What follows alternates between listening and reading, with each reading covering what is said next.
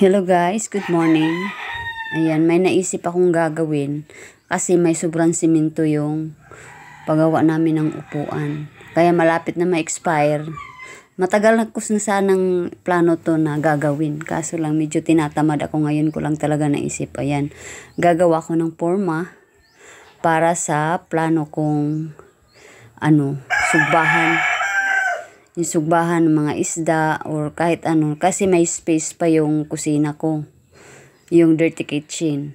Ngayon, sinabi ko sa asawa ko, wala namang action, kaya ako na lang gumagawa. Ayan, kaya ko naman, kasi malit na bagay lang naman to. Ayan, talaga yung nasa plano ko na talagang gagawin ko, naisip na gagawin ko na ngayon. Ayan, ito yung pinakaporma ng sugbahan ko sa dirty kitchen ko. Ayan, talagang mano-manong ginagawa ko. Ayan, lansang-lansang. Trabaho pambabae lang naman to. Tsaka hindi naman mabigat. Ayan guys. Ang hirap pala guys magiging karpentero. Kunti lang. Ito. Nagiging mason pa.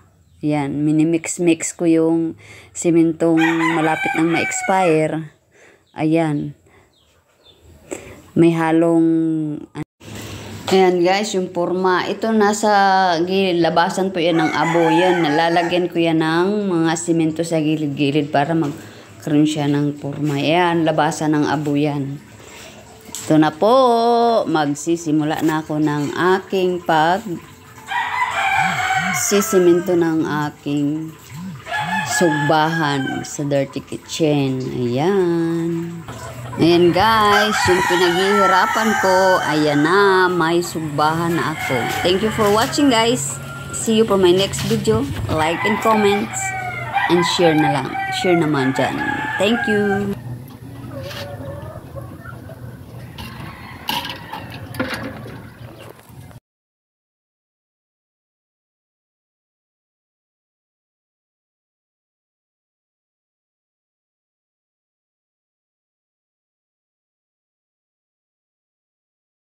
God bless all.